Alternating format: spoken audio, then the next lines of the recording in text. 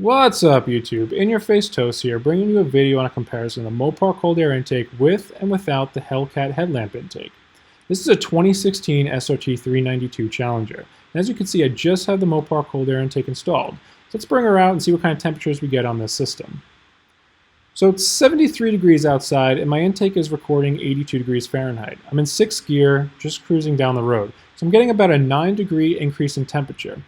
So we're going to head back and install the headlamp intake and see what kind of temperature difference we get. This is not a video on the installation. There are already plenty of videos on YouTube about that. This is strictly just on the temperatures and seeing if there's a difference.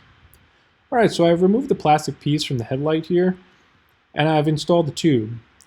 This is a very easy installation, and like I said, there are plenty of videos on doing it. So let's check out the temperatures. So driving again in 6th gear, the temperature outside is 77 degrees and my intake is recording at 80 degrees Fahrenheit, which is only a 3-degree difference. Therefore, the headlamp intake actually does bring in much cooler air, which is a thumbs up for MOPAR.